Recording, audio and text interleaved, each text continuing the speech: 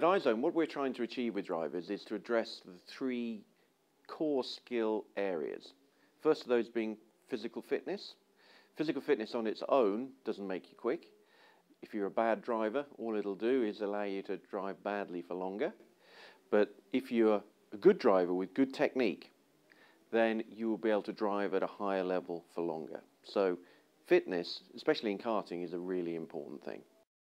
The second key area is mental skills. And pretty much we do a lot of work with drivers all the way up to GP2. And with the elite drivers that we work with, 85% of the time we spend working on the mental side. So really, as you become more experienced, the actual operating of the steering and the pedals becomes secondary. It's actually how do you perform under pressure. And especially if you're looking for a career in single-seaters, qualifying, performing under pressure, performing on demand is really, really important. And that is all about mentality. There's some people that can do it, and there's some people that struggle. And there are specific ways that you can go about addressing that and creating performance on demand when you want it. And obviously the third skill area is actually what you do when you're behind the steering wheel. And we have a lot of technology here at iZone that enables us to sort of break down exactly what a driver's doing.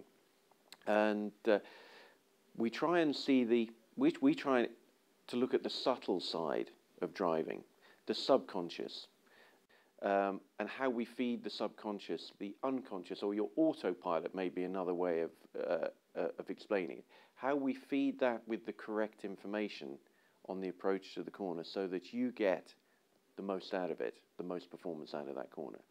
So those are the sort of the main areas that we operate in. I think first of all you have to understand that everybody is different, and you get a lot of drivers who are very talented but actually are missing out in other areas.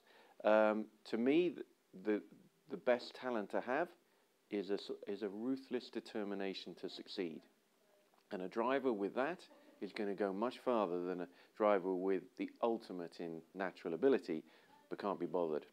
And that to me is the most important thing. We can't control the God-given talent that we're given, but we can make the utmost out of that. And that's really the area that we work on here at iZone. And a lot of what we do here is to try and get drivers into the flow. And it's difficult to sort of, and first of all we should explain what the flow is. That's those times when you've driven and it just happens and it comes to you naturally.